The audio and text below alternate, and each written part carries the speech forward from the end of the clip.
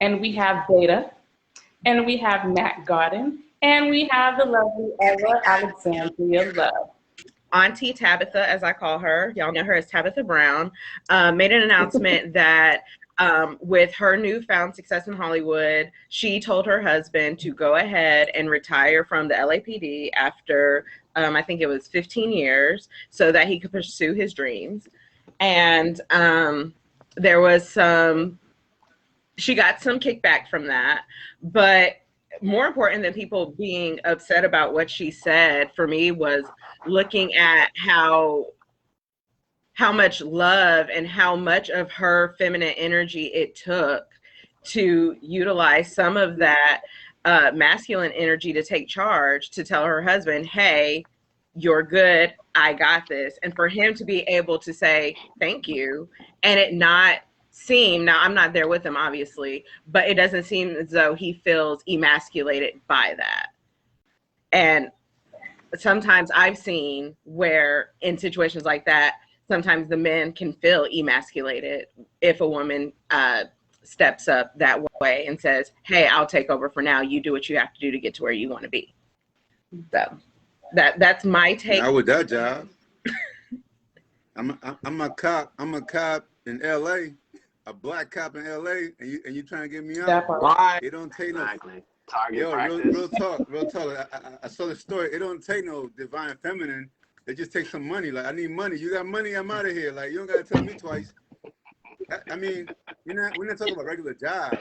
We're talking about, like, you a cop in LA, a black cop in LA. Yeah. That shit gotta be special. And not only that, but imagine the amount of notoriety that Tabitha has gotten over the past few years. So, and her husband has been front and center with her husband and her children. So imagine that type of pressure as a very public LAPD cop. This isn't just any random city. This is the LAPD. So I'm sure people are noticing him. Like, that just increases the risk. That increases the danger. So yeah, I agree with that. I don't think that it's so much a whole divine anything. I mean, it's common sense if you ask me. But the thing is, like, so many people, like, this is problematic for so many people, and I just don't really understand why. Because it's like, as a matter of fact, Wendy Williams mentioned it, and that's actually what caused the shitstorm, because she said, but she's problematic. True. That's her. She's minding the business that pays her. But yeah, but off the back of Wendy, so many people were like, she shouldn't have did that. She's going to regret it. Now, he's going to have so much free time to cheat, just like all these ridiculous comments. And I'm just like, if your husband was an LAPD cop, I mean, you know what, even aside from being a cop, like, I don't see the problem with that at all, because they had an actual agreement several years ago that he would do what he needs to do to support the family. She would be free to chase her dreams. And once that happened, then they would both benefit from that in the way that they are now. That is a divine agreement. I don't see an issue with that. Can I say something? Period. Absolutely. I think a lot of the commentary, and this is just from how I see it, I felt there was a lot of projecting in the comments. Yes. And I say projecting, I'm a music guy, and I like to use musical quotes. Babyface brother Kevon Edmonds had this beautiful song called 27. Wow. And one of the lines in the song, oh yeah, I'm taking it there. One of the lines in the song that I love, he said, though I've been in love before, I've never felt the kind of love that makes me feel secure. And I think the one aspect of the divine feminine and the divine masculine, the foundation is safety. Like, you need to make sure your partner feels safe, and tapping into that and expressing that, and they have that. But unfortunately, many of us, and it shows in the comments, like, either we've never experienced it or we've never seen it. So for us, even if the concerns are legitimate, it's a mixed bag, because even as I was trying to read up on it, even some of the specific examples, girl, he's gonna blah blah blah. It was so specific. Where it's like, has that happened to you before? Exactly. Or happened to your mom before or your dad before? And it's just a lot of projecting. I think we need to see more examples of that. We need to see more examples of an unwavering love, a solid love, where it's like, hey, we're looking at the family as a unit, and its success is a responsibility that maybe we both share. And he made her feel safe in the beginning, and she's now making him feel safe now. Absolutely. I wholeheartedly agree with that. And another thing, just to piggyback off of what you said as far as projection is concerned, as you said, a lot of the concerns could very well be legitimate. You know, that's fair to say. However, people don't realize that they create their reality based off of these inner projections and these inner concerns, because just as much as it is a concern legitimately, the exact opposite could happen as well. And it could be a beautiful arrangement and a beautiful outcome. And what we put our focus to, mentally speaking, is oftentimes what we end up manifesting in our lives. So people speaking all this toxicity into the air off of no basis, not even knowing another life or another couple's life, I'm sorry, is essentially creating their own reality, whether they know it or not. Well, if I could just add this, right? So just because you have a mouth doesn't mean that your voice belongs in everything. I think we live in an interesting world, right? Where, and I kind of follow the story. Right? My team did warn you. So just like, you know. Jonas, remember we're being broadcasted live. Leave him alone. Wendy Williams is proof that, you know, age is not synonymous with wisdom, right? She's like 50, right? So you would think that at that point, irrespective of whatever hurts or trauma you've experienced, you owe yourself a responsibility, right? To revisit that and pull out lessons, right? Because that's really what wisdom is about. Yes. Instead, she's definitely angry, right? Bitter and everything else. And it led me to ask myself, is this a person that was authentically looking to have a union in a relationship, or was this a person who was looking to perform a relationship, right? And it didn't quite work out, because one of the things that I do see a lot is, you know, are you looking to have a partner or someone you can show off, right? So the notion of a compliment. So I think that one of the things that I really, really appreciated about Tabitha Brown, I believe is her last name, what she did that gave me hope, because up until I saw that video, I was like, man, I'm good. But what she did is that she actually modeled balance, a balance that I felt was lacking. She used the word we a lot, and that was something else. She didn't get into the I, my. The only time she said my was when she spoke about her marriage collectively, but her language was we, right? And typically, it's a red flag, and it took a really, really good friend of mine to bring it to my attention in a past relationship I was in. All you heard was I. You know? And so this is someone who's thinking about their union. And I love the fact that she talks about their ups and downs together. She ends every sentence with together. And one of the things that I found was very funny and appropriate is when she said, I hope love finds you and holds you tight. You know? And the notion of love is supposed to be this nice performance, flighty, warm feeling kind of thing. Love is a teacher. Love will punch you in the chest as equally as it will hug you. Okay. And so, like, not a lot of people are geared for that. So I think that, you know, irrespective, if a man decides to tell his wife, hey, stay home, I got you, or vice versa, this just in, that's their business. Just because I have a mouth doesn't mean that my voice belongs in their marriage. And I think that people do project. Mac is right. And they bring this element of, well, I know what's going to happen to you because it happened to me. Absolutely not, because, you know, that person's parent didn't raise you, raise them. You know what I'm saying? Like that, those overlapping dynamics, they don't come from your ecosystem. You know what I'm saying? And so forth. You know, one of the worst things you could have is be around a group of people and not one of them tells you when you're fucking up. You know, so I think that when I listened to that dynamic, I was like, well, this is interesting. Like, here's a healthy couple showing us, you know, a healthy prototype. But what prototypes are out there, right? We don't see couples actually working together. We see business mergers, right? We call them power couples. Yeah. That's not a marriage. That's not a relationship. It's a business merger. I feel called out. Okay. There's two different dynamics there. There's two completely different dynamics there. So that's just my take for now. I have more, but I'll stop for now. I think you guys owe Data an apology, because that wasn't problematic at all. That was dope. He ain't even halfway done. Time warning me about him. He knows where he's at, so he's cutting himself short. Yo, he ain't even. He told you I'm not even halfway done, but I'm gonna cut it off for now. Talk Because my to We'll brother. finish, Ken. He didn't even get halfway into the bag.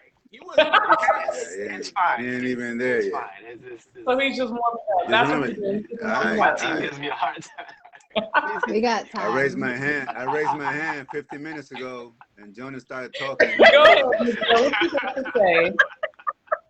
Speak on it. What you got to say, Miguel? Hey, yo, I want to say a couple of things, right? I'm gonna do with Jonas right now and say this. First of all, we got to understand that the society and the times that we live in, right? So when people put their business out, especially celebrities or whatnot, on social media, you know you're gonna get Criticism. a certain level of support and certain level of bullshit, right? Like whatever it is what it is. Now, I had not heard about this story until this morning. And when I read this story, I was kind of confused, like, why is this even a story? You know what I mean? As a married man, I'm like, why is this shit even a story? Like, I don't understand. Like, this is, first of all, there's nothing fucking, yo, the dude is a cop. My wife better make me quit that shit. If my wife got money, you better, even if I don't want to, nah, because I'm thinking in my head, like, yo, if he loves being a cop, is he really going to quit? My wife, if she really loves me, she gonna be like, nah, son, I know you love your career, but this ain't it, bro. Unless they put you behind a desk somewhere, you know what I mean? So again, it's kind of like, why is this even a story? Now, it is a story, right? So it's a story because she put it out there. Right. Right? And she's made her fame through social media and TikTok, I guess, and all that shit, right? So I got a question, right? Just in the back of my head, the motive for putting it out there. Oh, I was going to address that. You know what I'm saying? Like, I got a question. I got to question the motive. Now, it could be genuine to help people understand what a healthy marriage looks like. It could also be like just for clout, and your marriage is really in shambles and shit. Like, you know what I mean? Like, I don't know. I don't really care. You know what I mean? But given the times that we live in, and for example, the homie, what's his name? Derek Jackson, the way that, you know what I mean, his bullshit got called out a few weeks ago. It's like, me, because I have a little bit of common sense. Shout out to Jonas, because he will say shit too. Like if he was talking right now, yo, I don't buy shit from people like that. I look at a situation for what it is, and in my circle, I'll discuss this shit like I'm doing now with you guys. But at the end of the day, I'm not either gonna believe you or deny you, celebrate you or trash you because of what you're putting out. Because I don't know. The world we live in right now is a world where Things always what at the end of the day, man, you're certain. That's true. Things aren't always what they seem. They're not. But let me tell you this though. Sometimes, even when we don't project certain shit, even we don't intend to put out a certain image, it comes across a certain way. People come to me all the time about my marriage, and a little bit of self-disclosure here, transparency, whatever. But you know, marriage. If anybody married here, you know, this shit is not easy. It's a whole fucking job, yo. You know what I'm saying? But because I don't go on fucking Facebook and be like, I had an argument with my wife today, man. I fucking hate her for the next 24 hours. Fuck that motherfucker. I hate this shit. Because I don't say that shit, even though I might be feeling it in that moment, right? Wow. It's like, oh, you guys have. Well, I'm just saying, yo, come on. Yeah. Man. Again, if you're not married, shut the fuck up. If you've been married or you are married, you feel me on this shit. I think we all do. But what I'm saying though is like, you know, am I supposed to go on fucking Facebook and let you guys know when shit is going bad in my home? Right. When my kid was born, did I fucking post all the shitty diapers and blow out diapers at 3 in the fucking morning? You know what I mean? That I had to change, piss the fuck off. No, I don't post that shit. You post a little cute baby, you know, baby like this and shit. Right. You post that because that's what you want to see. But the reality of it is like, we live in a world where people project shit that they want some type of attention from. And most people positive, but some people like negative attention also, right? As long as they're getting attention, they don't give a fuck. So when I look at that story, I'm thinking in my head like, the only way this is a story, it's if in 5 years or 2 years or whatnot, it comes to find out that she, like Mac was saying earlier, like, you know, like yo, like Shorty took care of him after all these years or whatever, and now he's cheating with him. Well, that's how it becomes a story in this world, in this society. Right. Go ahead. Sorry, go ahead. No, I'm done. I'll be rambling and shit. I wanted to pivot, well, piggyback on that, but pivot to Sherelle. Sherelle, I actually had a very similar thought to Miguel because particularly the language. So I didn't quite understand the language of I'm retiring my husband. That's what was kind of a red flag for me. Now I could see if it was more so my husband is finally getting to retire and this is why we're celebrating. Did you read any of that in your research of the story? So I actually had the same problem too. Because the way I heard about the story was my homeboy called me and he was like, he told me the story and I was like, but what do you mean she's retiring her? Like, retiring from what? Like, are they breaking up? Like, what's going on? And then I read it. And I was just like, I don't, as a matter of fact, I believe the exact words of my friend was, they need to learn how to do better titles. But that's what you call it. That's the term. What did you say, Ella? When you're a woman or a man and you're the breadwinner and you have enough money to where your partner doesn't have to work, you say, I'm retiring my blank. That's how you say it. That's how you word it. That's standard. See, I never heard that before, so thank you. Me neither. Me neither. I've Wow. heard it a few times. Yeah. One of my coaches, she's a millionaire and she retired her husband. And yeah, she says that. That's the term. I retired my husband. What's her name? What's her name? I want to follow her. Her name on Instagram is Synergy Soul. But yeah, she retired her husband. I'm pretty sure he gets to do some creative projects. And there's a similar story. He was doing a job before where he wasn't passionate. And the thing about it is like, let people do what they do. I feel like people, there are some people who are upset about this. Mind you, I've never watched this. I haven't seen any recordings or read any articles about this, but I've heard enough about it from people. And the thing is, let people do whatever, like, we don't know what their divine assignment is. We don't know what their journey in this lifetime is. How can we judge it? And I think one of the points that I got from what Miguel was saying is like, don't become invested in this. Like, I thank God I'm not one of those people up at 3 a.m. typing paragraphs about what this woman should be doing and what this man should be doing. And it's like, some women actually came to this earth to be the breadwinners. Like, no matter what divine femininity says, divine, masculinity says, those are just options on a scale. And whether someone wants to commit fully to like a polarized relationship where the woman is like strictly in her feminine and the man is strictly in their masculine is up to them. But not everyone is going to choose to do that. And like what Grace mentioned last time, there's kind of like a scale and you can choose where you want to be on that scale. And maybe for some couples, it changes daily, and I just think that if she is in that space to be the breadwinner and wants to retire him, kudos to them. Like, that's amazing. I love it. If they love it, if they like it, I love it. I love it. Absolutely. I want to get the Shy Boy over here because he's had his hand raised. Go ahead, Shy Boy. I'm not shy. Come on. You're a little quiet. You're a little quiet, Jay. You're a little quiet, Jay. He's been had his hand raised for a while though, so go ahead. You have the floor. Quiet and shy are two different things. Okay, quiet. My bad. I stand corrected. I'm talking to the fellas because they try to hype you up and they know that it's not the same. I can hype myself up though. I'm a team all in my. Go ahead.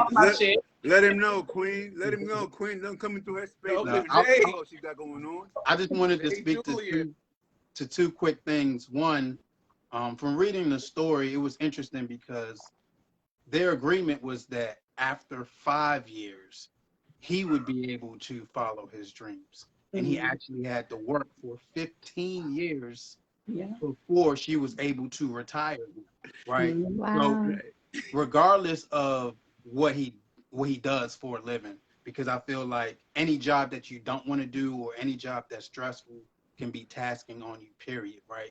You don't know the negative effects that came from him having to do that job to begin with, how it was affecting their marriage, his mental health, his emotional health, any of those things, right? So my concern and issue is that people don't even care what he was going through during those 15 years. It's just like, man, take your ass back to work. Like, why are you retiring your husband? Like, this is problematic. Like, what are y'all talking about? Y'all don't have any concern or compassion for him as a human being.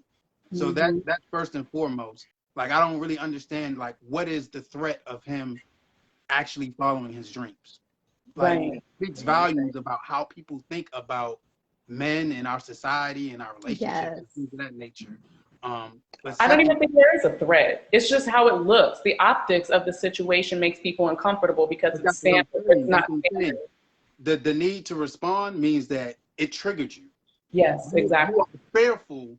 Maybe this will become a trend. Maybe more men will, you know, like that. That's where the response and the reaction comes from. Is Mhm.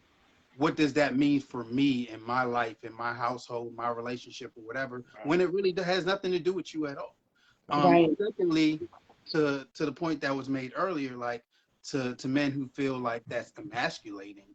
For me, the conversation starts with, okay, are we talking about divine masculinity, or are we talking about the socialization of masculinity in Western culture?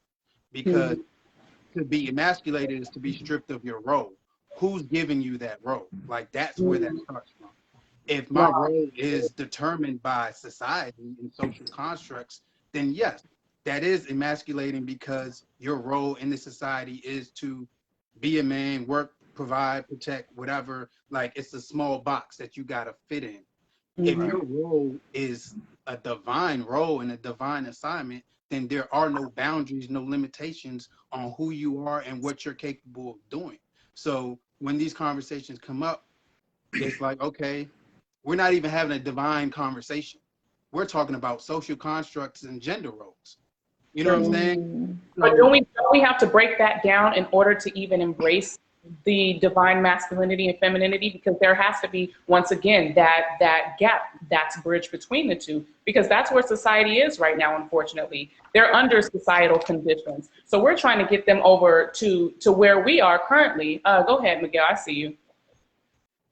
No. Go ahead. Finish your Oh thought. no, that's Finish your pretty much thought. all I wanted to say. And that's pretty much what this conversation is about. How to get people from the point where they are submitting to these societal norms that are basically very limiting for both men and women, and how to get them over to where I really, really like the point you said, Jay, because you said when it's given to you by society, it can be taken from you. But when it's divine, that no one can take divinity from you. You know what I mean? That comes from within.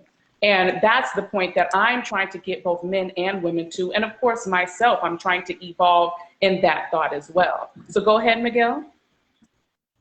Thank you. The fact that we're sitting here right now having this conversation lets you know that we understand that there's a need for conversation like this to happen on a societal level. Yeah. Right? Because I feel like all 7 of us in here understand that divine feminine, and maybe I'm wrong, y'all check me if I'm wrong, but divine feminine and divine masculine need each other to coexist, Of right? course. For us to make the world move forward and upwards, right? We gotta coexist in Yes. this space, right? We need each other. That's one thing. So I feel like 99% of the shit that we try to do in spaces like this is not convince people, but help people understand that, yo, like, the divinity is within you. Stop listening to the outside voices that want to kind of fuck with you and move forward and upward, right? That's what we're doing right here, right now. Now, what I wanted to say before, Jay, I have never heard Jay, and I've known Jay, what, 2 years now, I've never heard him actually, he can type the fuck out of some shit. Never heard him talk But he that can long. speak that long, I've never heard Very him. well said. Very articulate. Ever. You gave me I a just couple want to say aha that. moments for that one. Never. My brother, I love you, man. I needed to hear it. I was sitting here, I was just giving you a smile. You can talk the fuck out of some shit. Hey yo, Thank because you, me and Jay Thank you. like a Neptune. Me and Jay like a Neptune, but he's Chad Hugo in every space. But today he was in that bitch solo So for let Go. him hear You know what I mean? Making his own. He came prepared. Yeah, definitely respect. He did. Respect, Jay. Love you, bro. So, Hey, but what I did want to say was we keep going back to this whole like breadwinner shit. I did 10 years in the United States Army, and let me tell you something about the breadwinner. The breadwinner ain't shit without the fucking homemaker, if that's what it is. Right? So we had to stop talking about this breadwinner shit like it's a thing. It's not a thing. It's a role that you play within a fucking marriage. That's it. That's it. Right? As a breadwinner, and not be specific about the military. In the military, I can't do my fucking job. I can't deploy.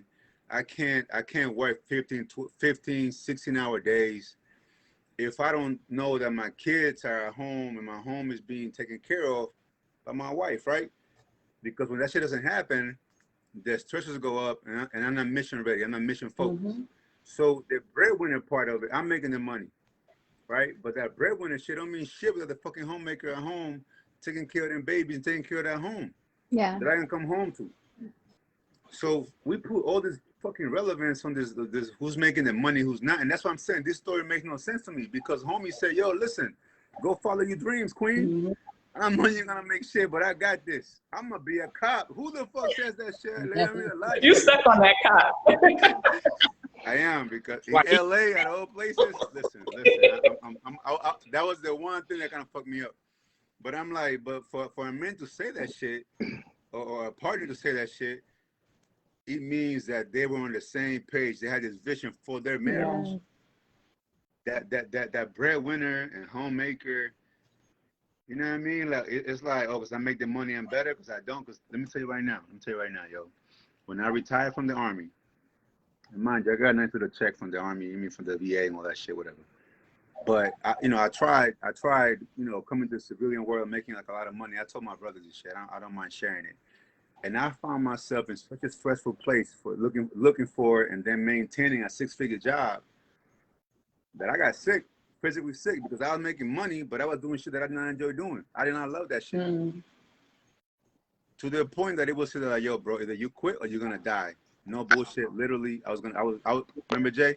I was on my deathbed, like, nigga, I think I'm dead. You know what I mean? The stress level was so hard that my physical started. Nah, don't laugh, yo. Why you laughing? Because you was you animated laughing, with man. it. You were animated with it.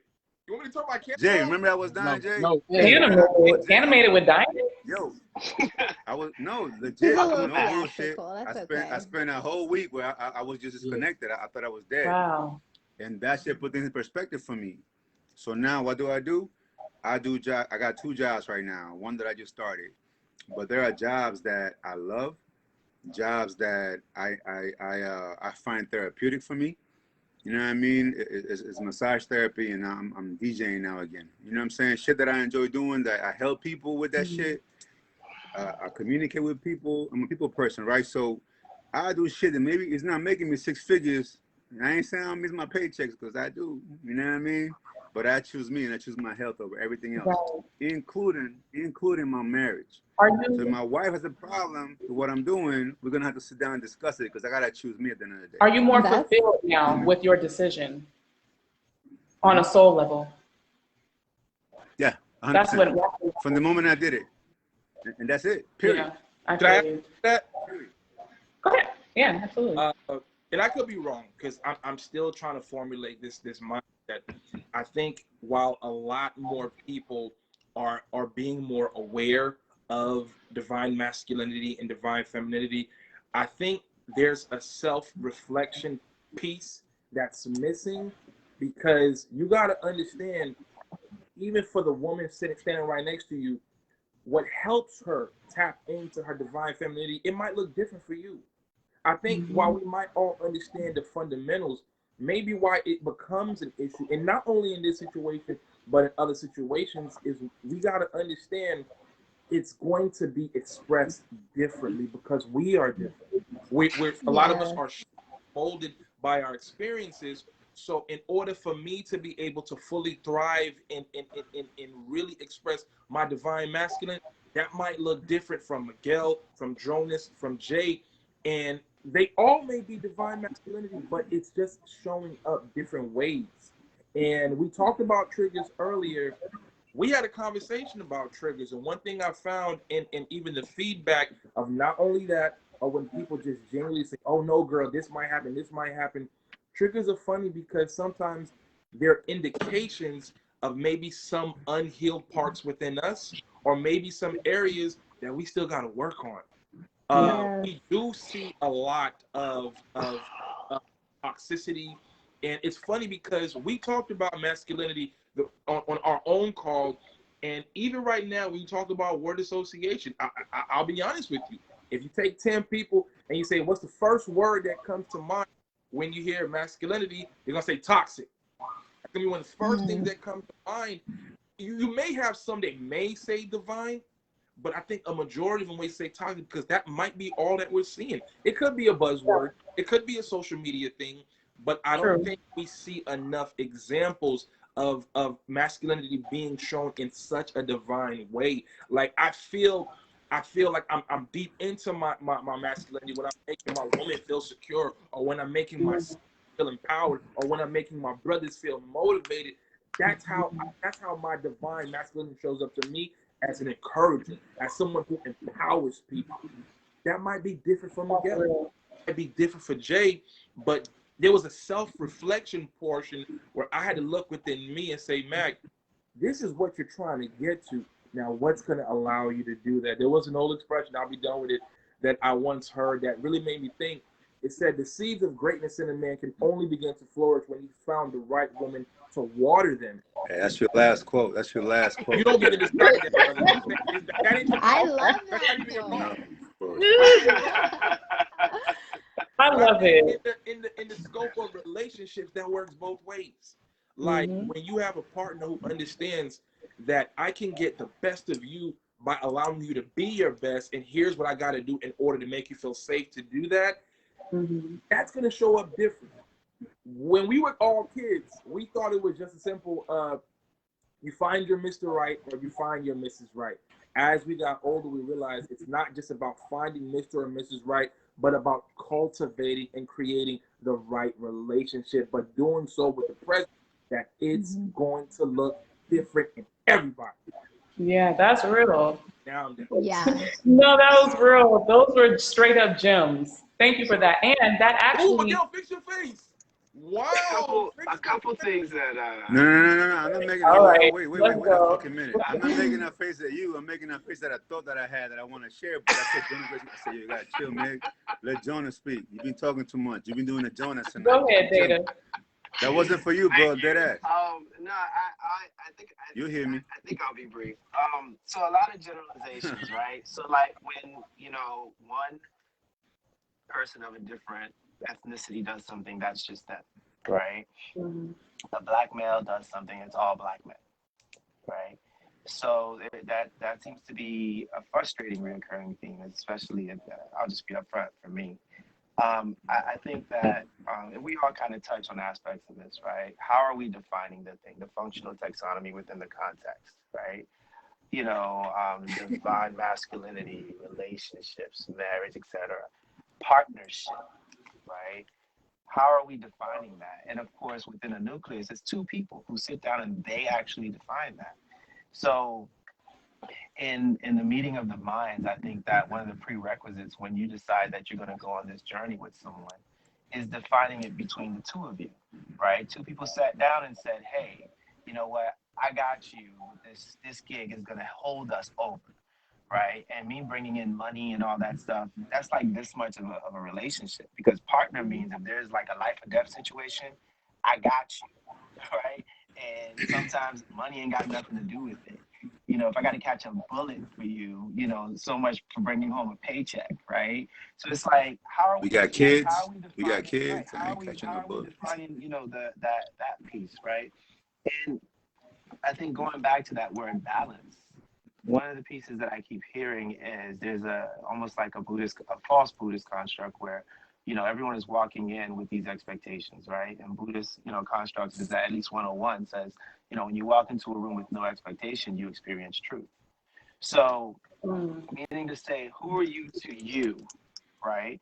So who are you to you before I approach a woman expecting her to make me happy, right? Expecting her to make me whole, expecting her to et cetera, et cetera, et cetera. Now, I understand the compliment because I don't believe in the notion of the equal. That's a falsehood. I wouldn't date myself, simply said, because that would be the same, okay? But I do believe in the compliment, right? And so, that's a whole different story. If there's something that I don't see, she's going to see.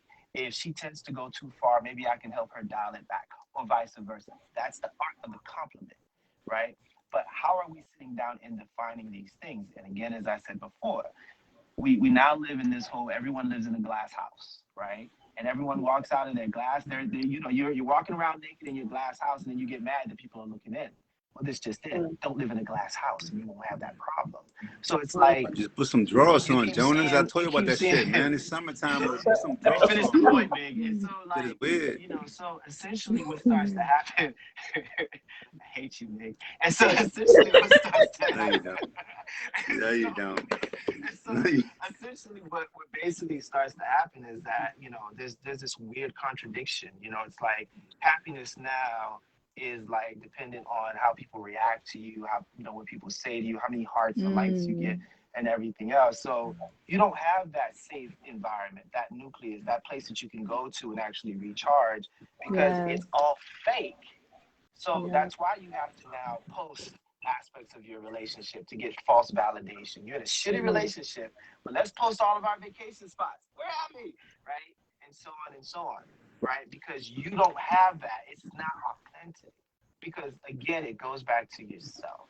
And if I'm incomplete, and if I'm constantly seeking validation outside myself, I'm going to tether myself to someone who's going to basically help promote that, and we're going to be miserable together. Because, and I'll say this in closing. Every time. I'll say this in closing.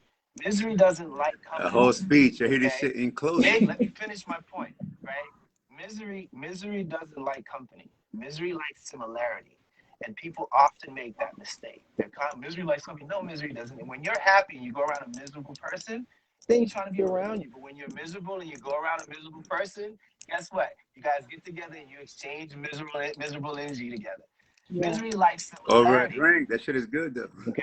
And so that's basically what I'm seeing is that, so in this, dare I call it a culture, is that now you have this very interesting quandary where you have old people who are assumed to be wise with gray hair, like spewing this poison to a younger generation. Because I watched Wendy Williams nonverbal. Oh my God, that was so nasty. I was like, wow, you know, and I feel, I'm like, she needs therapy. It's that simple. You know what I'm saying? But this is someone that's deemed to be a prototype. This is someone that's called a model. People are clapping and applauding her perspectives. That's some scary shit. And having Are they doing that, or are they just watching a train wreck? But I don't know. Some people are applauding it, yeah. I'll leave it to the masses, but having had experienced some of that negative energy firsthand, I will tell you, yeah, therapy helps. And it's very easy to walk away jaded, scarred, and with a lot of unfinished business if you don't have a healthy ecosystem to help you balance that shit out. Yeah. I definitely agree wholeheartedly with everything you just said. And it sounds like the recurring theme, if I can summarize this part of the conversation, based on what everyone's saying, it's like one of my favorite quotes is, it's not me versus you, it's me and you versus the problem. And that's Thank how to you. approach it.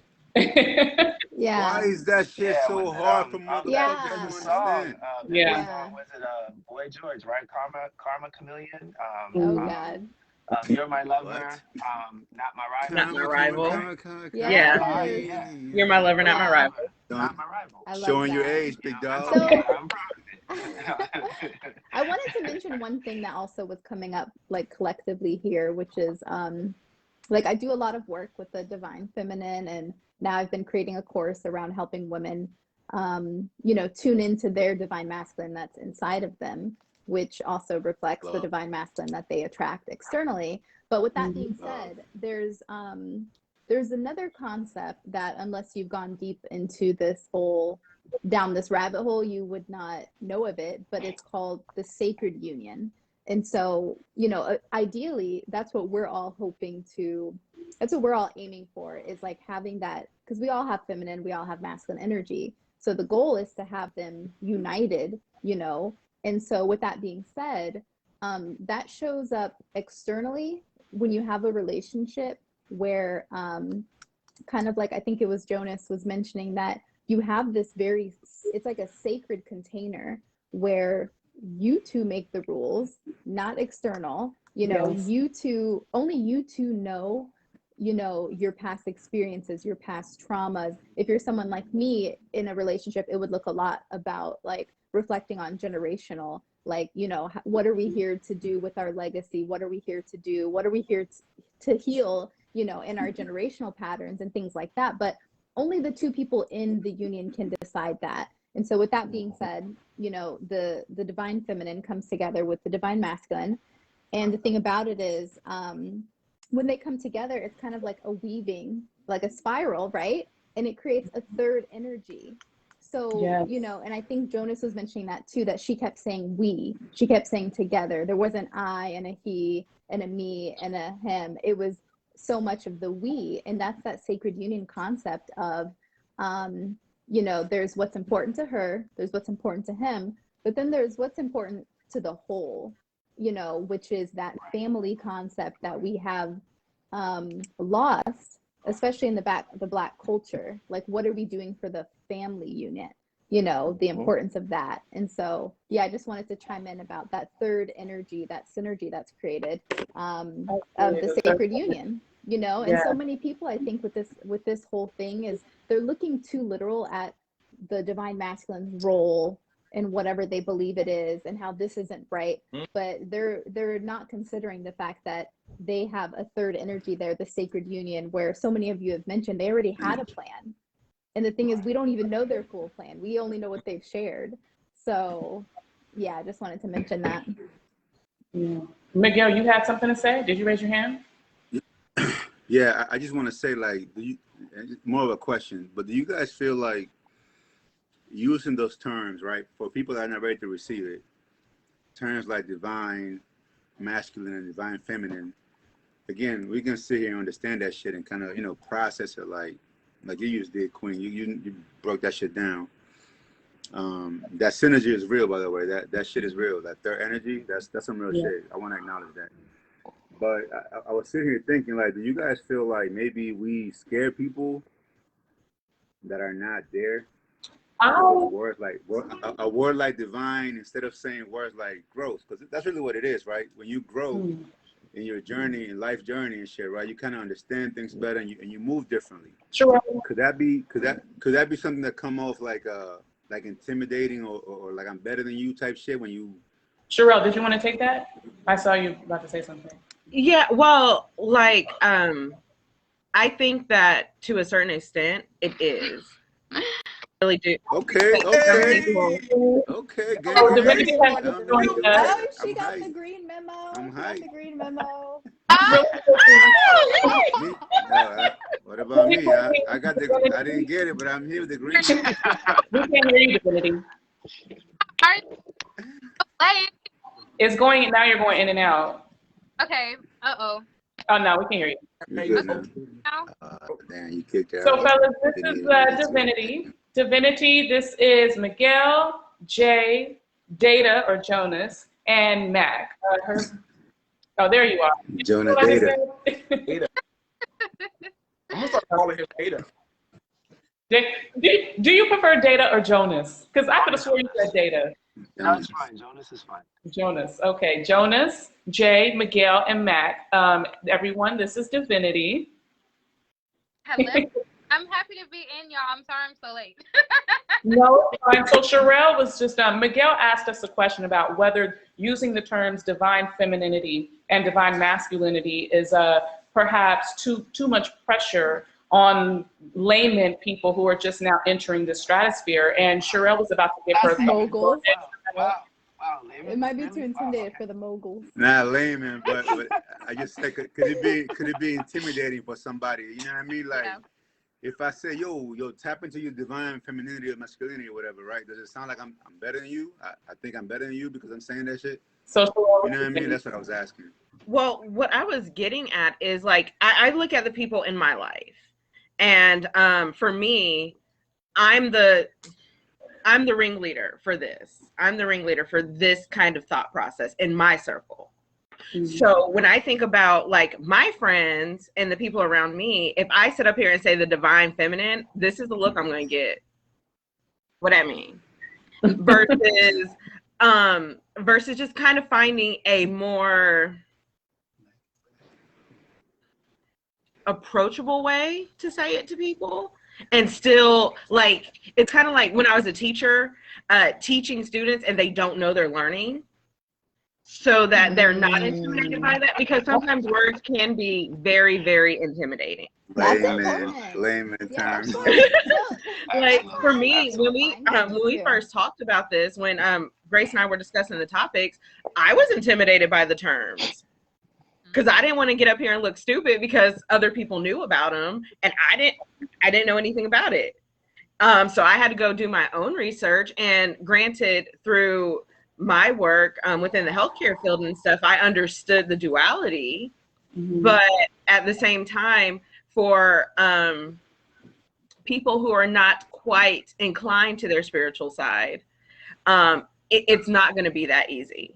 Because for some of us, and I like a lot of people I know, I grew up in a very strict Christian upbringing, so you're not allowed to say divine. Wow. So it is kind of finding what works for the person you're talking to, I think. That's an interesting standpoint, because actually I was going to suggest the opposite to that question. I was going to say, for anyone who feels intimidated by the terms divine relationships or divine masculinity or femininity, they're going ahead of themselves in the first place, because you first have to find that divinity within yourself. And that's a whole journey. So you don't even start off saying, I'm a divine being or so on and so forth. That's just where you come to organically within your spiritual journey. So by the time you usually do get, now, again, Sherelle brought up an interesting point. So maybe I might backtrack on this thought. But what I was going to say earlier was just being in that journey. If you are trying to have a divine relationship with another person and you haven't even built the divine relationship within yourself yet, you're already getting ahead of yourself. And then that's when we start getting into dangerous territory, because now you're just following trends. And that's when things become inauthentic and inorganic. Go ahead, Jonas. Well, I mean, I think what we're really talking about, whether we're using the term divine, is really self-actualization, right? So Maslow hierarchy, right? You got the pyramid, you got all these other needs and all that other stuff, right? So it's like, once I get to that place and I'm able to really truly see myself, my wants, who am I, my purpose, right? I think Mac talked about, identifying as a motivator amongst, us and things like that, right? Once you get to that place, level of realization, then now you can start engaging the spiritual, right? Spiritual terms, right? Divine, if you would. I think that a person might be stuck in their head trying to work out a functional orientation when they hear the divine femininity. Am I close to a deity, or am I just like more spiritual? What does that mean? And just trying to work those dots in their heads. And I think having better facilitation around orienting a person around those words helps. And I think that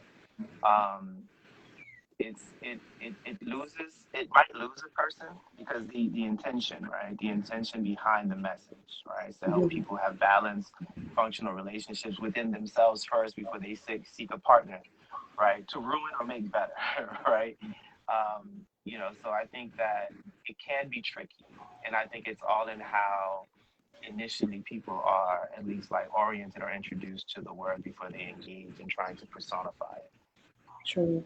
I wanted to address some of the comments. I just tapped into the comments that people are giving in our live. So we have Tiara Morgan, who said, people fear what they... T, what up, baby? She's been telling y'all out the whole time.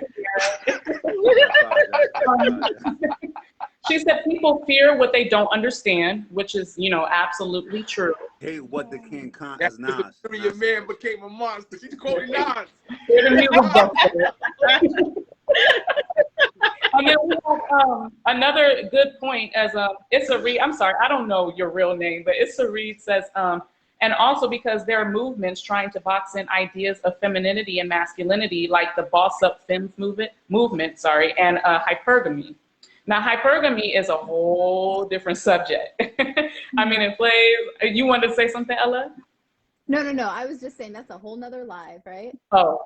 Yeah, that's a whole nother section. We don't want to talk about that tonight. We ain't touching that tonight, are we? Yeah, but I wanted to actually pivot, and I wanted to ask first the guys a question. I want to ask the ladies the same question, but I want to hear from the guys first. What masculine qualities do you wish women would learn to understand and accept?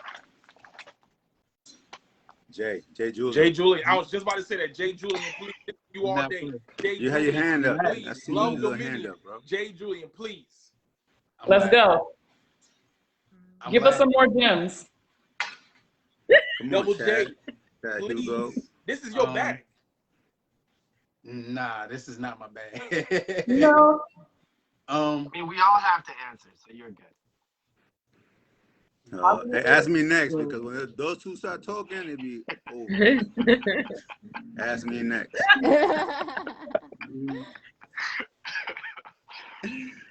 Damn, Mac, relax, Mac. Dang. Relax. Jay was talking. Go ahead, Jay. What are you saying, man? Are you trying to find a right way to say something with tact, or you really can't think of anything? I am. It's both.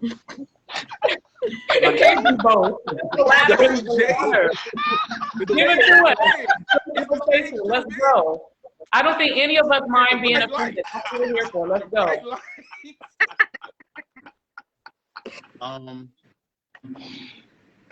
I would just say, just to at its basic, most simplest form, I would wish that we help women understand the relentless desire of obsession that men have with a mission, a purpose, an objective that they need to accomplish or need to get done. I think that would be the primary thing. How we handle it, how we approach it, how we deal with it, how it burdens us, you know, keeps us up at night. It makes us go into the cave, whatever, however we handle it. I think that's not understood well enough. I think we're misunderstood when it comes to like whatever it is that we're passionate about. I think oftentimes, from my own personal experience, when I wasn't really able to learn how to balance things, it's easy for women to feel like they're put second. And for me, I don't look at things as like a pyramid or a hierarchy, like everything is whole. Like my mission, my purpose is also connected to you if you're my spouse. It's not above you, but it's a part of who I am and what I'm supposed to do or accomplish. And when it feels like that is first, then it becomes a war between me and you, as opposed to us working together to make sure we're both getting everything we want out of the situation so we can accomplish our own journey and path together. So wow, I'm curious because that hasn't been my experience. So it's interesting. You're single, ladies. You're single. Sorry about that hasn't been my experience. So it's interesting. I'm interested in learning how that plays out practically because like I'm a very ambitious woman. I am. That's why I was triggered earlier when Jonas was talking about power couples because like I have that kind of mindset. So I'm always encouraging my men to be, you know, ambitious as well. I'm always supporting that. So I'm curious to see how that plays out practically. Like, can you give me an example of what that looks like for a woman who's not, I mean, is she just expecting all of your attention to be on like quality time and not working? Like, what exactly does that look like? It's not even about a woman being too needy. I think that some women are supportive and considerate, but I think that their understanding of how much it takes to actually accomplish what you want to accomplish is kind of distorted. So it's like, oh, you don't need to invest that much time, or you don't need to grind that hard, or you don't need to do this, that, and the other. Like, you can get it done with less investment. And it's like, no, you know what I'm saying? Like, that's not how that works, especially depending on what your goals are. Like, I'm a big dreamer. Like, I don't like trying to attempt anything small. Like, I'm not. Like, at MBK, our mission is to become the greatest generation of men of all times. You know what I'm saying? All time. So, all time, Queens. Absolutely. This Jay Jules right here, man. We support you. That's how I think. I'm about legacy. I'm about breaking generational curses, but not as an individual, but as a culture. You know what I'm saying? As a people, like everybody's life and their quality of their life really means a lot to me. So in order to do certain things, some jobs, some objectives are a 24/7 job. You know what I mean? Like it's your own call at all times. And some people don't understand that. Some people don't appreciate it. Some people don't appreciate you having, or people having access to you.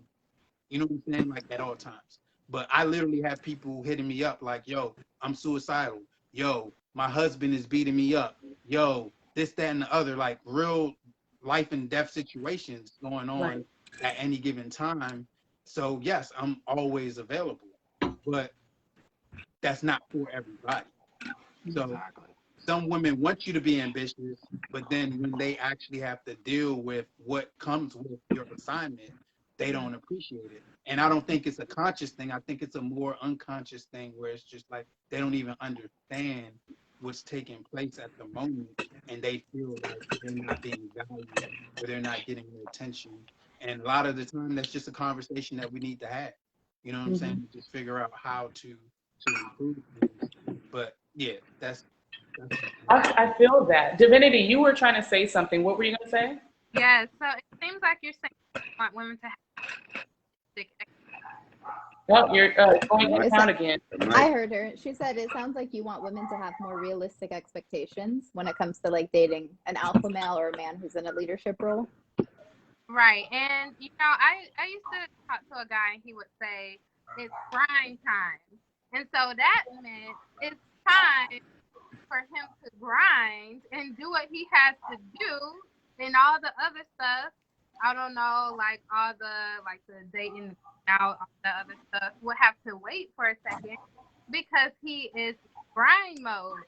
And I never used to understand what that meant. I mean, what do you mean grind time? Like, explain that. So yeah, I get what you're saying when you're like, you know, for us to be just really and have the understanding when you're saying I got big goals and dreams, can you just understand and let's find a common ground to meet in the middle on how we can both fulfill our needs? Because I've been having to actually deal with that personally, so I can completely understand about that and having me happy, you happy, but goals accomplished. Yeah, absolutely, absolutely. Did any of the other guys on here have another point they wanted to bring up as far as what they wish women would accept? We all do. To add to that, We all do. I think that specifically, I can't make generalized statements, right? I can speak for the men on this call and what I identify as intentional men, right? And so, you know, leaders, right? Leaders pretty much, you know, we set a precedence, you facilitate an environment, right? And then leaders, it's all about engagement. And I think that one of the pieces that for women to understand about masculine energy is that, yeah, if I'm engaged in something that this is my identified purpose and you understood this, whether I expressed it to you or it might have manifested while we were together, right? Then the amount of engagement is going to actually give me the fuel that I need in addition to the other areas of, you know, this goal that I'm already having to negotiate, right? Time, energy, a ton of different personalities, stress, you know, headaches, possible depression, etc., right?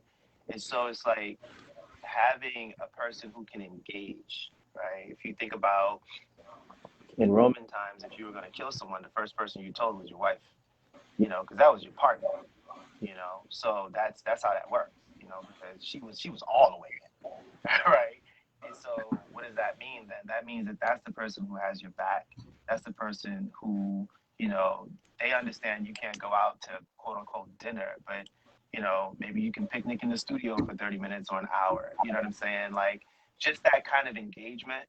I think it's misconstrued that if it's not all about you, then it's all about me versus going back to that word partner again, right? If I am working on something, i.e., that's going to quote unquote bring in money, but now I have to stop and engage so that you can be happy, there's no money. And then now there's a vicious cycle, right? You're frustrated, you're angry, but then you facilitated your own anger and frustration. You see what I'm saying?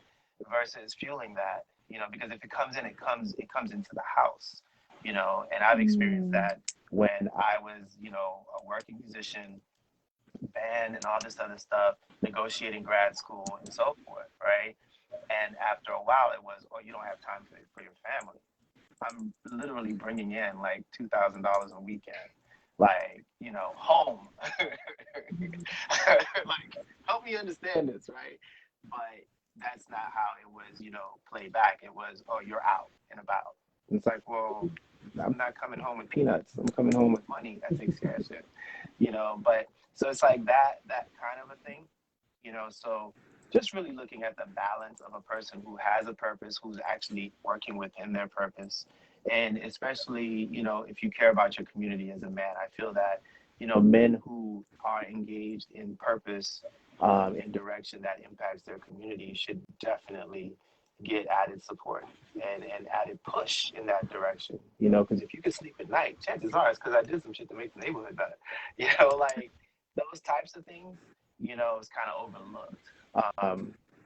So I really think that just engagement is very, very strategic, or tactful engagement is so key, because it's two people that makes a relationship work.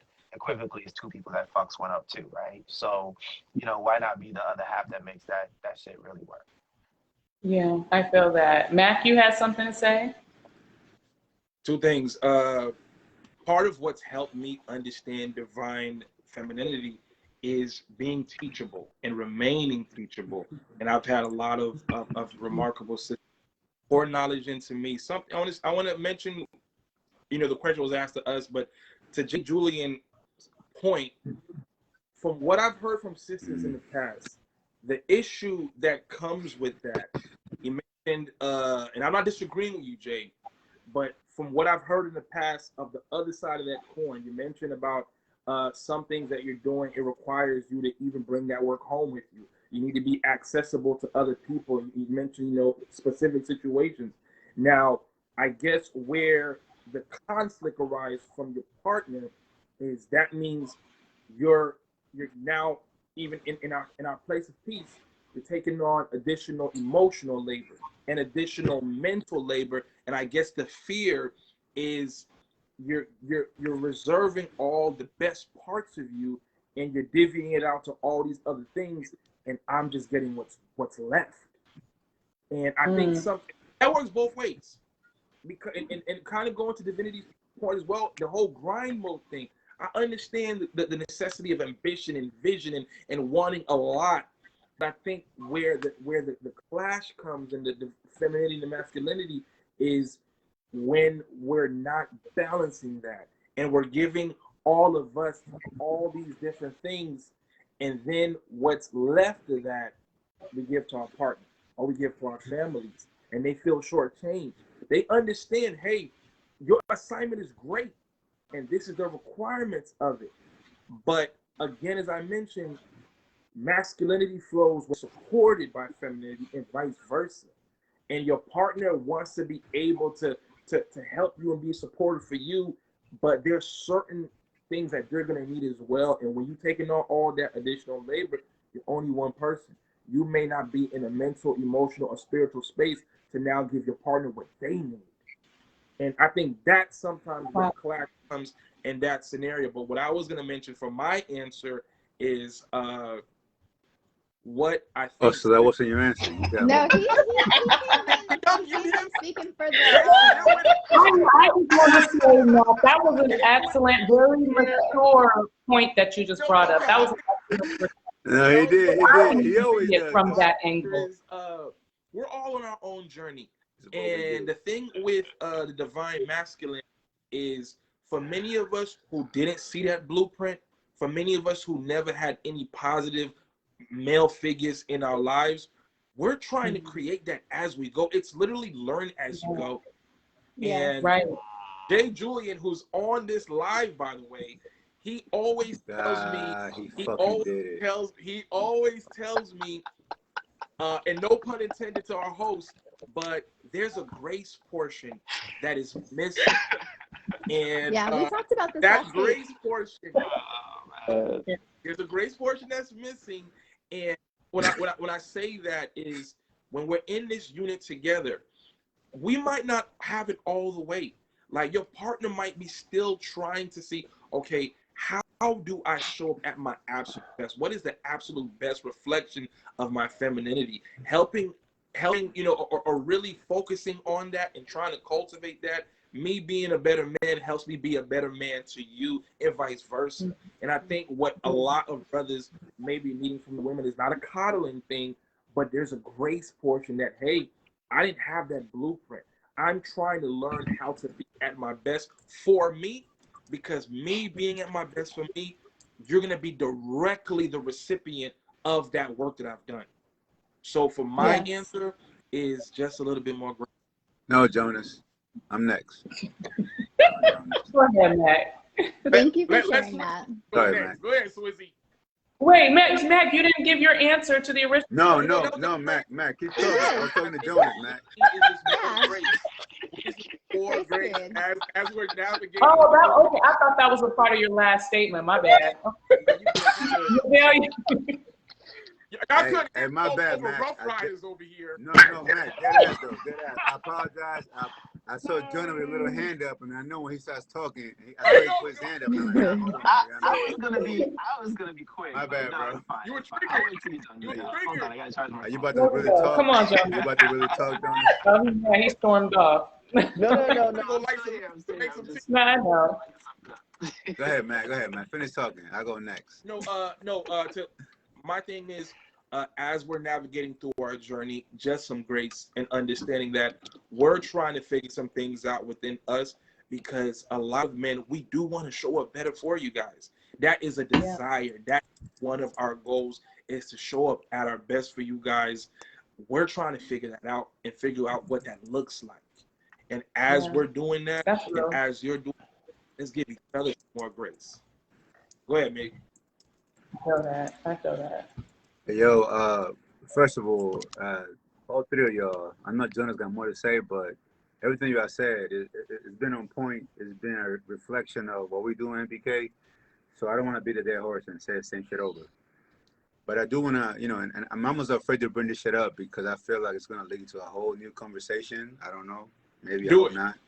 Do it. But I'm gonna say it anyways, but I don't expect to draw this shit out.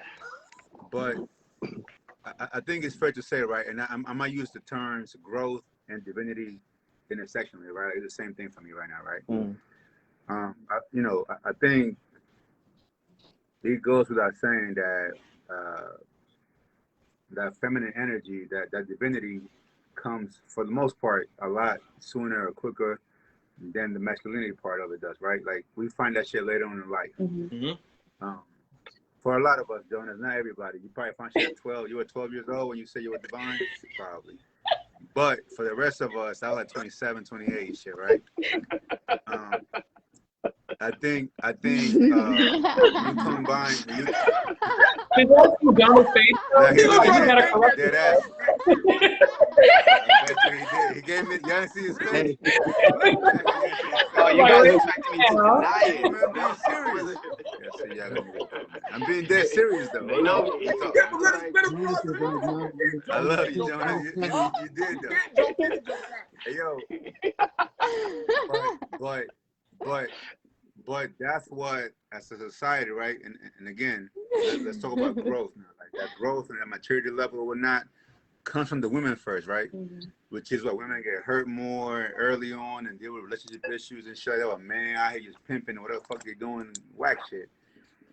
But what happens when it's the opposite of that? You know what I mean? Because what ends up happening is a lot of us as men end up finding ourselves, and me and Jay were talking about this shit on a post he made the other day about how when men reach that level of divinity, right, of growth, right, of openness, of communication, vulnerability, transparency, with their partner, but their partner, the feminine, I wouldn't even say divine, but just the feminine aspect of it, is not ready to receive that shit. Yeah. Because what happens is, though, because our journey usually come later in life through experience, and I think somebody mentioned earlier about like my circle. Yo, if you think about it, we all have a whole bunch of different circles that we operate under, right? It's not just one circle of friends that I know for myself, I don't have just one circle of friends, and I move differently, still genuinely, Right. but you move differently depending on your circle, whether it's your high school friends, your hometown friends, your college friends, your work, whatever the fuck it is. You move genuinely, but it's a little bit different, right? Based on the circles that you're in. And usually for men, not always, but usually for men, we end up with a partner from the wrong fucking circle. Right? From a circle that's not meeting us on the level that we're on, the divine level, right?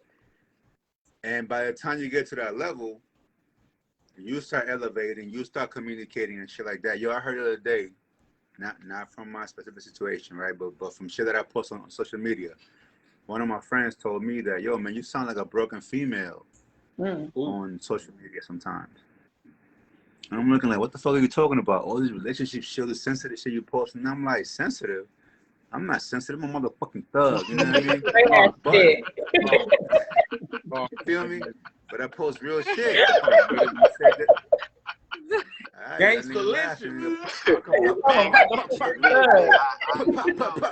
I'm with you. Hey, yo, but what I'm saying though is like the fact that you will come at me randomly and make a statement like that is like, it makes me think, like, you know what I'm saying? Like,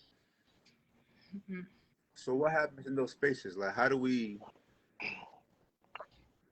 elevate from that shit? Because by the time you get to that space as men, right? And I'm asking you guys for help on this one. I think my fellows, man, I think they feel me on this shit. How do you fucking move in those spaces? Because by the time we get there, most times we already like in love or committed or whatever the fuck it might be to like a person. I see you, Queen. I got you. All right, Ella. I keep saying umbrella. Ella. Yeah, I apologize. You probably heard that shit mad times. Yikes. I apologize. But you know what I'm saying? Like that's a difficult space for us as men to be in, where now we gotta choose us. You know what I mean? That's really what it is. As opposed to the relationship, being the protector, being the provider. You gotta choose yourself to separate yourself or to, I don't even know what the fuck to say right here. You know what I mean? But y'all feel me. That's not in your head, so y'all feel what I'm saying, right? Are you saying that you have to separate yourself practically and in totality, or just find a way to create space for yourself within the relationship? Think about what you said, though. Think about what you said right now. Again, you elevating. You reach that divinity level, right, of femininity. Could you be with a man that's not there? Period. I can, Could you stay if he's on that same journey. Right, but what if they're not? That's a liability. Together, if that's the case. But if he is on a journey in which he's trying and he just hasn't reached the level that I've reached yet, but he is trying, there's a certain level of space I can create for growth. Can I say this though? Is what you're saying based on what society has taught us about the fact that you queens will reach that level of maturity before us any fucking way? So you learn to now, I won't say accept, because that's not what I'm saying, but you learn to like accept the reality of the situation as far as like, yo, my king's I gotta elevate this motherfucker to come and meet me. Society tells us that shit, right? I see posts all the time about the young lady with the Hulk and shit, be his piece, not his whatever the fuck, you know what I mean? All this other shit that tells you like, yo, you're supposed to, as a woman, be here before we get there. Yeah. So is what you're saying part of that? And this is why I want to ask, because I know we're gonna talk for another hour. We gotta go in 30 minutes. Go ahead, Ella. Go ahead, Ella. Thank you. I wanted to just mention something really brief, which is that the situation you were explaining as a man is completely different from the situation then you were asking her. And I get what you're saying, because you're like, but what if it was you? But at the same time, I want to express my opinion is that as a woman, being with a man who is in a way that you were describing, which sounded like not only are they not there yet, but it's almost like they have there's a bit of toxicity that would then leak into you.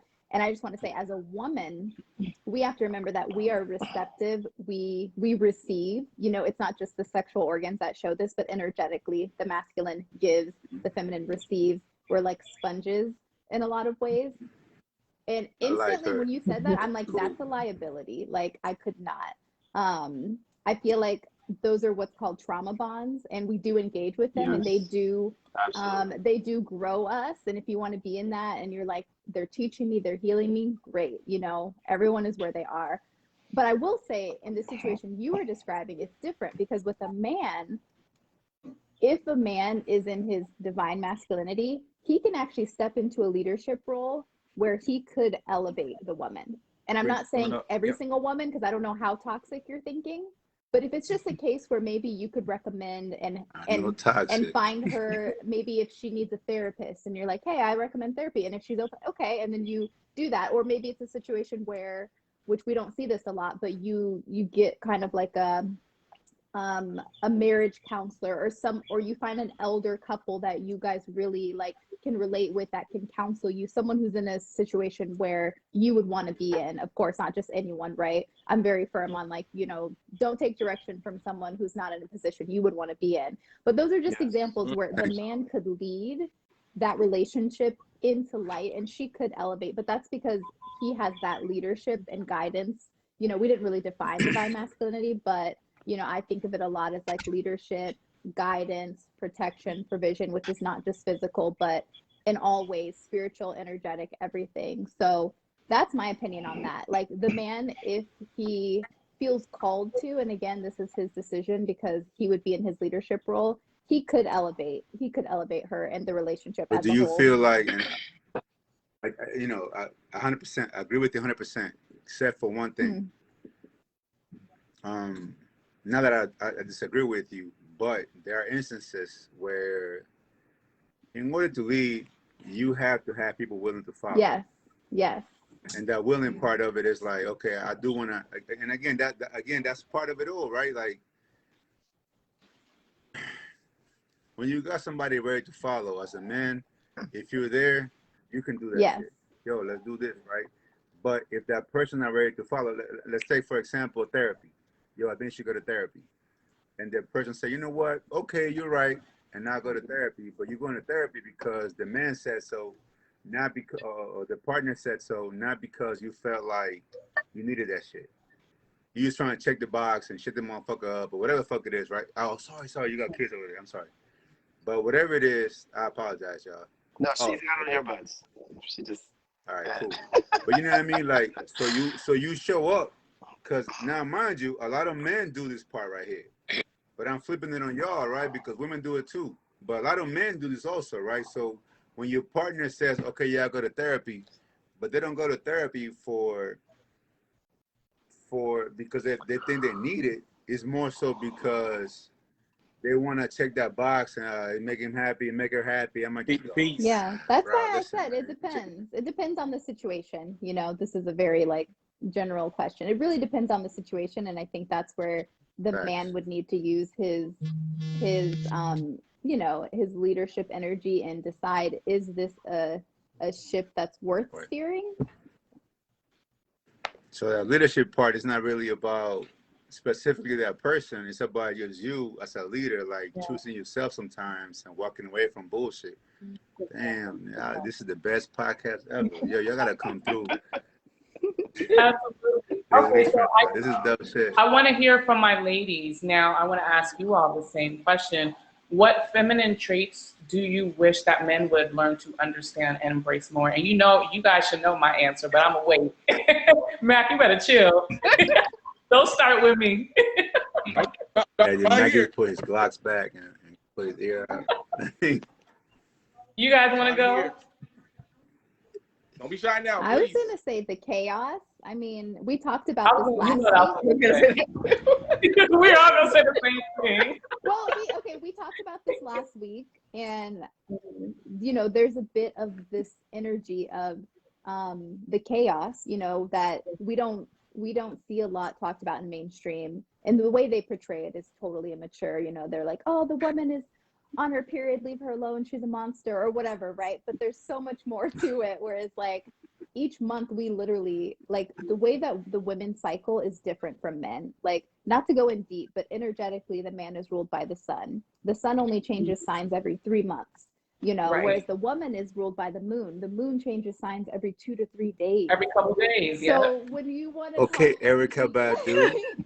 So when you want to talk about like mood swings, yes, but remember, we're embracing all of the cosmos in a way that men do not. And again, there's no hierarchy. There's not one that's more important, because thank God the men only cycle in that way, because we need that logical. Like I thought, you know, I really appreciate a man's ability to look at things from a bird's eye view, from a larger perspective, from more of a logical standpoint when I'm in that emotion. And I think we all have our gifts, you know, and that compliment.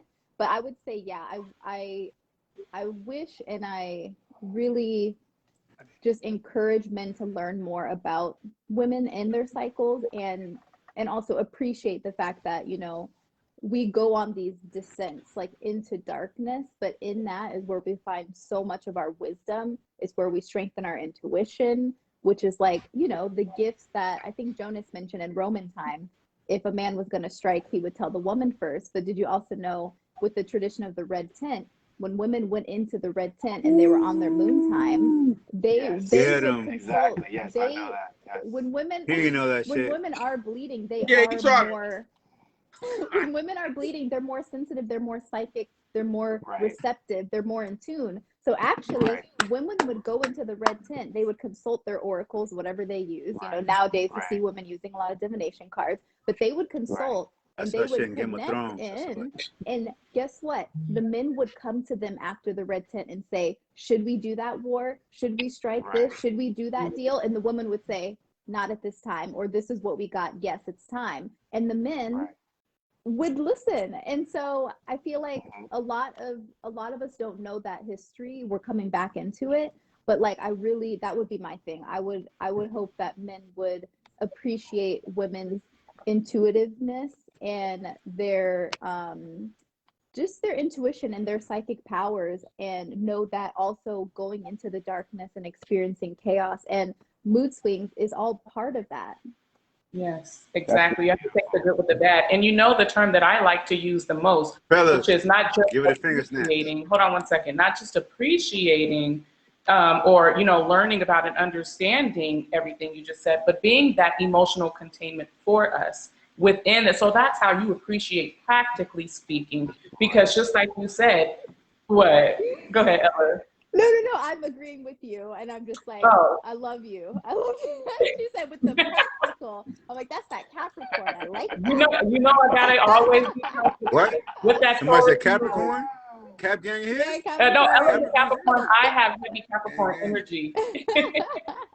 Yeah, but that's what it's about. Practically speaking, that is how you appreciate and understand that chaos, you know? And I love that you said that chaos, or the intuition, the power of our intuition comes out of that chaos and comes out of that emotion. So when you are talking about the moon changing signs every 2 to 3 days, that's literally our emotions going up and down, up and down, up and down, but it's accordingly.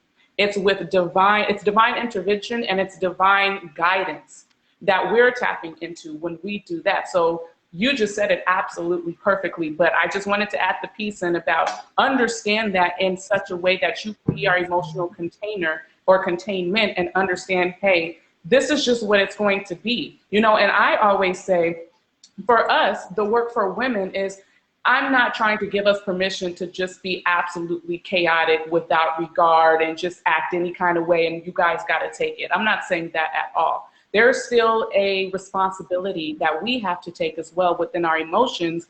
And the best way that I have found is you have to find balance between emotions and logic. And you have to do that by being willing to express your emotions in a logical fashion. That's how you find balance. Yeah, so don't be afraid to express it. And we need a man with that we can openly express it too. But as a man, you should help us walk through our emotions logically, because sometimes we don't know what the fuck we're talking about. Sometimes we're just like, I mean, all our emotions are all over the place. Sometimes we have no, so solid time for out. them. What? And you think men can be emotionally intelligent enough to walk you through that shit? Absolutely. Well, that's the work that men have to do. That's the point. When I say walk us through it, let me be clear, because I'm a life coach, right? And the technique of a life coach is not giving you the answers. It's not telling you need to go here, here, and here. It's literally helping you walk through by turning you back into yourself. So I'm asking you the right questions so that you can open your mind and see that what you're talking about may not necessarily be logical. You may be tripping a little bit, or maybe you're completely legitimate. But in either case, that's what I mean by helping us walk through it, just talking it out. And don't sit there and be like, oh, you're going crazy or you're tripping. And no, like actually sit us down and, okay, that makes sense, but let me give you a different angle. That's what I mean. So don't try to tell us where to go. Just be our emotional containment. And sometimes we just want space. Hold on, man. Ella's talking. I literally just saying sometimes we don't even want a solution. We just want you to hold space. Thank you. That part. Yes. Give us a hug. Sit us down. Affection is huge. Yeah. Rough feet, fellas. I can teach y'all how to do that shit. And sometimes we just need that reassurance. And then that's another thing. I'm sorry, go ahead. Work it through. I was gonna say, and then we could just work it through. If our man could say, I'm just gonna speak for me, if my man could say, you know what, I know you're a bit emotional right now. Let me just, handle this, or you can just sit down for a second, just breathe through it, calm down, and we'll work it through once you're done, going through that emotional wave, and it'll be okay. It'll be all right, Right. I mean, it really be like simple like that. If y'all feel like y'all got an emotionally unstable woman, try saying something like that and see what happens. And I want to ask you ladies a question on this call as well, because what happened? Maybe no. Anyway, emotionally unstable woman. Nah, Grace, yo. I'm just saying. Hey, Grace, go ahead, man. Yeah, I ain't gonna say it. Anyway. Fellas, be quiet. Quiet down, fellas. Do not recommend. Be quiet. I want to ask the ladies a question, okay? Because one thing, in talking about me calming down when I am too much in my emotions, a lot of men don't understand that affection, like physical touch is my number one love language, right? And I know it is in cases for a lot of women. A lot of times when I am being emotional, I just need attention. And sometimes that attention is in the form of like Divinity said, a hug, a kiss, something like that, And a lot of men don't understand how much power they have over me with that, because no matter what I'm going through, no matter how I'm feeling, as soon as I'm giving the jewels. No, I'm kidding. No. You are saying too much right now. It's true for a lot of women. Somebody taking notes right now. This is true for a lot of women. So that's the point. It is game. Yeah, it's absolutely game that men don't. I cannot stand y'all right now. You invited him. You should have known. Mac didn't tell Oh, wow. gosh. We still haven't even gotten to that. Okay. Julian, double J. I thought Mac told you he was bringing in here. But no, so I was saying this is true game, because it's true, maybe not for every single woman, but for, I would say, the majority of women, at least that I know. It's like, no matter what the case is, it's like, I'll even say this. A lot of times, a lot of people would be like, and not to be vulgar, but I just need some dick. We hear that a lot, right? I have an attitude, or she has an attitude, I just need to get some dick. And Matt, calm down, dude. What the fuck was that, bro? We're in a whole Facebook forum right now, son. This motherfucker said, yeah. Like the best thing. Like the best thing. In women's groups that is said, I don't know. What'd you say, Ella? I said he acts like he hasn't heard it. Maybe this is something but this is a common term in women's groups. You'll see it a lot. Yes. Well, Yes. yes. I mean, He know, even he from know the man's that angle, shit. I've He heard it knows too. that You know, shit. she has an attitude. She just needs some dick. So I was going to say, a lot of times that is the case, but more so than the sex, we just need that affection. We need that attention in the form of physical touch. So I can't even think of any issue that I've had with the lover in my mind in which a hug or a kiss would not have completely calmed me down. You know, a lot of times I don't even need you to walk me through talking. I just need attention. And I don't know how to articulate that in the moment. So when you just give me that, the physical touch has, I'm a tantric therapist, right? So I believe in tantric sexuality. Gang, Easter, gang, yeah, gang, gang. the whole Eastern See? modalities of sexuality, Mhm. I believe in. So I wholeheartedly believe that sexual energy is healing, very literally. So when you touch someone and you touch them in a loving manner, it gives you that healing type of energy. So any chaos or, you know, crazy energy that's happening inside of you, any inner blockages, that immediately begins to dissipate once you touch someone in a loving manner, especially when you guys are, you know, in a romantic relationship.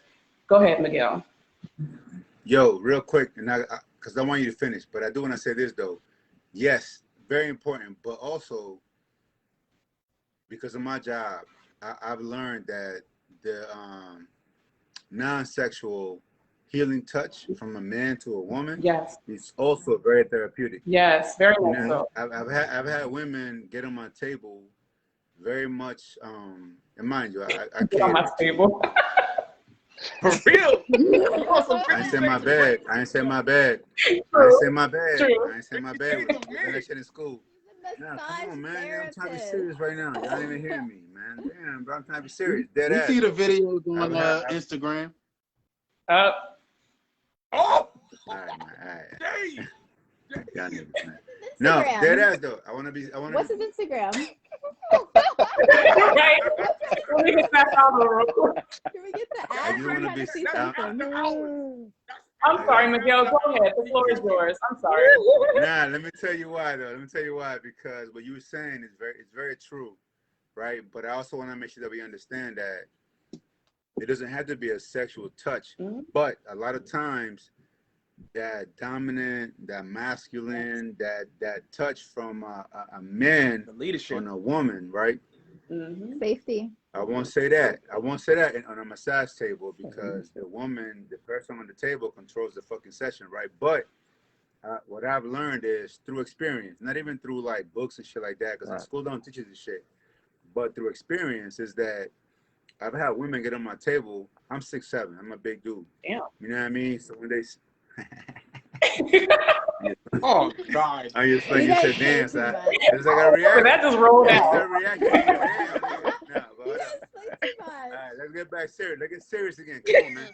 But yo, but whatever had happened. You can't just You go can't in take and yourself go seriously like at this that, point. bro. Let the joke breathe a little bit. I'm letting it breathe right now. Go ahead. All Y'all right, got it. go ahead. And I come back to it. All right. So whatever had happened is I've had women, for example, I had a young lady, her best friend got her a massage for her birthday, right? And she was a little shocked that I was there. You know, she didn't know what was happening and shit. Which, by the way, I recommend never giving a surprise massage on the spot to your friend. That shit is not normal because it's like you could be coming from the gym or some shit, and now she's uncomfortable, and now I'm like uncomfortable. You know what I mean? I want to smell that shit, but whatever. Oh. But Like side note. dead ass though. Take a fucking shower and Right. wash your feet. Wash your feet, Whoa. please. Nah, dead ass. I've been there. Yeah. So, but what I'm saying though is like, I've had women get on my on the table, not my table, on the table, and be completely like tense and like shaking and shit, and like I had to be like, listen, like you got a whole spandex bodysuit on, take that shit off.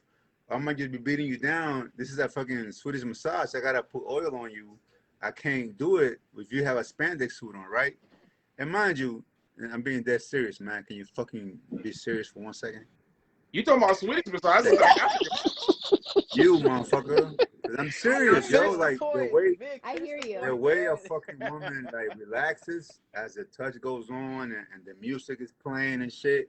and the way they get on the table versus the way they get off the table, the confidence level, the security level, the relaxation or whatnot, he means something. That's it right there. The Not security. just on a tantric sexual touch, on a non-sexual, you know what I mean, like platonic type, just healing fucking touch.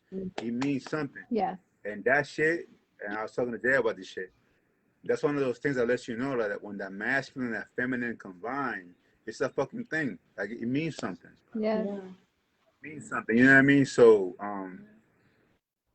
again, not to take away from the tantric, because tantric is a whole different level. Well, no, yes, and that's the thing. Tantric, its foundations, its root is in sexuality, but it goes so much beyond that. It's about self. I like to differentiate between sexuality and sensuality. So actually, I believe sensuality is key, and sensuality does not always have to necessarily be sexual in nature. Exactly. But tantric is beyond that, you know. Tantric, yeah, you're hitting the erogenous zones, and you know it might stir up some sexual feelings. Sure, most of the time it does. But even beyond that point, it's a meditation. It's a meditative practice where you're just giving all your focus and energy on your partner, whether it's sexual or otherwise. You know, so I'm definitely there with you. I wholeheartedly agree. I do want to say, though, you know, we are running out of time, unfortunately, and I do want to thank everyone for participating in this conversation. It was so much fun. If you guys would be back for a part two, I would absolutely love it, because there's like 4 whole questions that I still haven't asked. So if you guys are interested, it could be a series. You said what? It could be like a series. You said what, Matt? Who's being serious? It could be a series. It could be a series. Oh, a series. If you guys are down with that, I'm 1000% down with that, because this conversation was so needed, so necessary, so healing. And all 4 men are outstanding, you know, and I appreciate you willing to join this call. So thank you guys so much. Does anybody have any parting words before you go? Yeah, actually, a couple of things. Of course. Of course. So you done? You're done. So I love you, bro. I love you, one bro. of the things that I recognize. Drop your Instagram on it. I'll let it. Am I supposed to let a joke breathe now too? So here's the thing. So one of the things that I recognize that's needed to be, I guess, said at some point is that women are basically given permission to express their emotions first, right? And so some of the things that Miguel talked about earlier, you know, boys, right? You cry, they tell you hold it in and everything else, you know, act tough, etc. Then you become a man and you got all these welling feelings and you don't know what the hell to do with them, right? And so Ella was talking about, you know, anima, animus, right? So, you know, Carl Jung talks about that. You know, and when you talked about the tribal reference with the red tent, there's also another tribe of men, I believe it's New Guinea. What they would do is that because they actually revered women so much that they felt that women were actually more pure than men because of their cycle, they actually get rid of bad blood. So what they would do is literally actually cut. That's the only reason? Part of, let me finish the point, Meg. So they would cut a part of their sacs and stand in the ocean and allow bad blood to flow out of them. Excuse me? So you have like we need a whole nother live like for that one. Yes. Yeah. So you have. They did what, bro? You have cultures. This is the norm with us, by the way, ladies. So you have cultures like this, where masculinity is expressed differently, and in doing so acknowledges the power of the feminine. Right. But also what's popularized is this control dynamic, right? I'm a man, I'm in control. If you know, a woman isn't, so you know, it's like we're fighting for control, and that's not the point. You know, we're fighting to come together and go on a journey together. You get in a car with someone you like, you don't even think about the destination, right? You're just driving. You get in the car with someone you don't like, you're like, when the fuck am I gonna get this motherfucker out of my car, right? And so it's a journey. You know, just with the right person. I think conversations like this, as was stated, you know, are definitely necessary. I think that one of the triggers for me is that oftentimes I hear women say things like, oh, I'm looking for a good man. And as I observe closely just a lot of the nonverbals, I realize I'm hearing this from a bad woman. And it's because typically they don't know themselves. Not that they're bad, but in the sense that there's a disconnect in who they are and what they truly want. And then there's this expectation that someone else is going to give it to me. And vice versa, too. There are men like this, too, as well. You know, so I think that one of the things is that encouraging people to really, really get into the functional meaning of words. I'm a big believer in definitions. You know, before you start engaging and trying to imitate a trend, you may soon discover maybe that's not for you. You know, discernment is a big piece in all of this. And I think that this is a very wise forum. And I think it's dope what you women here have created for people. And I one of the things I still argue, and then I'll shut up, is that there aren't enough role models for the younger generation, right? Men, you know, we struggle with that now because all of our heroes have been labeled all kinds of things other than their heroic acts. And, you know, needless to say, what's going on with women, right? I mean, we currently have the first Black female vice president, and that's not even news anymore. That messes with me. You know what I'm saying? Like, seriously, like, really? You know, so it's like, where are the real, you know, prototypes? You know, I don't care about hype. I don't care about fashion, like functional, you know, relationships. You know, we hear that word legacy thrown around a lot. You know, breaking generational curses isn't about money. It's about patterns. You know, so people don't really fully get those things. So I think that conversations like this are very necessary in actually challenging people to level up, challenging people to level up, challenging people to come up. I can't. You know, so I think that, and that's why we don't, yeah, we don't look at Mac when we're talking. Just ladies should know this. We don't. You know, so I really think that it's important. I think that it's just very, very important that we have these types of forums to really challenge people to just think of themselves, you know, a little bit more deeper before connecting with someone else. Absolutely. And you know what? That is exactly what the goddess movement is about. The goddess movement is, the vision that I have for the goddess movement is creating goddesses. But what that means specifically is helping women embrace their highest potential within their divine femininity so that we can be that everything and more, not only for ourselves, but for our loved ones, for our men, for our children, for our community, so on and so forth. So a lot of people have taken this movement in, oh, we're just focusing on ourselves, worrying about ourselves. And it's not a selfish movement. We have to turn into ourselves before we can help others, you know? Absolutely. So that's what this movement is about. Go ahead, Jay. Tell them, please tell them. Please tell them. Tell them what? Close us out, Jay. Okay, We want to hear I'll from tell you. them when you finish. I'll tell them when you finish. You know, I thought we were on the same page, me and you, Chad Hugo and Pharrell, but we're not. No, because I love how you just described the goddess movement, which really is connected to the question that I want to pose, possibly for another conversation in the future. Again, what I said. My question is, do women really want men to show up healed and whole? Because in order for us to do so, we also take your time before you answer that question. We also have to turn within to start addressing some things that we're dealing with. Like a lot of men are dealing with decades of neglected pain and trauma and emotion.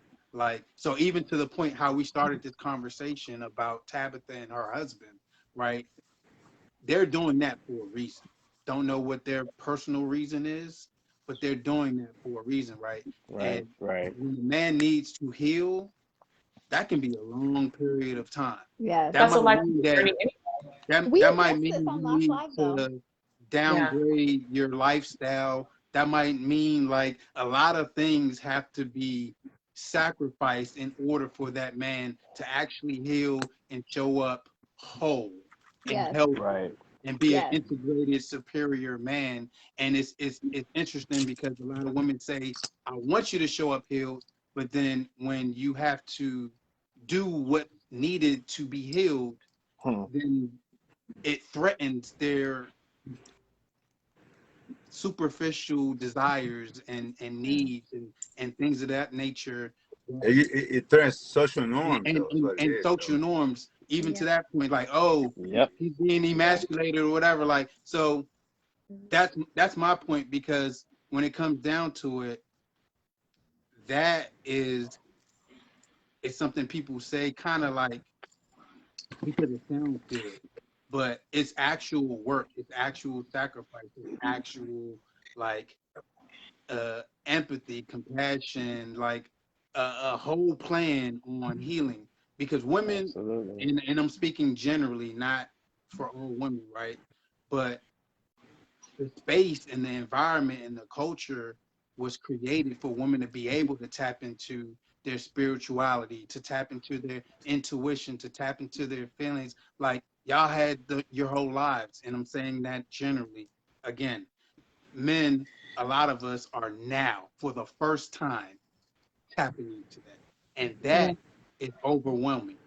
You know what I mean? Like that can Hmm. be a flood of emotions and a flood of just different things that could really paralyze Absolutely. I can answer that question, but do you want me to answer that now, or do you want us to wait until next time to answer that? Do you want to leave the little cliffhanger? you. Cliffhanger. It's up to I you. think it's a Leave it cliffhanger. I as think a it's a cliffhanger. cliffhanger. Leave it as Because a I know y'all cliffhanger. got to Watch go. that. I could really speak to that one, at least from my angle. But if you want that to be a cliffhanger, then we can do that. We'll lead with that question Cliffhanger. next time. How about that? I think Absolutely. that, Yo, can I ask you guys to join our group? yeah, I think, can we make that, because that came up for us in the first week. So it's really Yeah. interesting that you mentioned that, because we actually talked about that on our first call. So maybe Yeah. the next call could be something around how to support, how is the divine masculine needing support at this time in their healing, or how can we help Right. them with their evolution? And Or just even the more direct question that he asked, do we really want men to show up already healed? Because I Yep. have a upload to say with that. But again, I know you guys got to go. You guys have another engagement, to commit to. So yeah, we'll Hey, yo. definitely leave that. Yes. Absolutely. Can I just say this real quick, though? Real quick, very quick. First of all, thank you for having us here. Yeah. I feel that the universe know what the fuck is doing and shit. And the fact that he I love that you said fucking niggas laughing. Yo, Oh my I'll be God. honest. Out of the four of us here, I'm not eloquent, but I'm passionate. I I'm love not that. eloquent at all. And I'm okay with that shit. But That's but right. I tell you this much, man. Like, it's weird that a week and a half ago, so a lot of us, few of us linked up to see a way forward for our group. One of the things that came up was like, yo, listen, like, we cannot sit here and attempt to be the greatest generation of men by just being, circling up twice a week as men and talking about problems and shit like that. When as a tribe, as a community, we need to address shit as a whole tribe, right? Like, you know what I mean? Women and men. And we tried it already, having what we call a sister circle. You know what I mean? Kind of to mirror what the fuck we're doing as men. And I've, tried it, failed because it was a different energy, different space. And we tried to like pour masculine energy into this shit, which wasn't needed. But talking to you guys tonight is like, yo, like,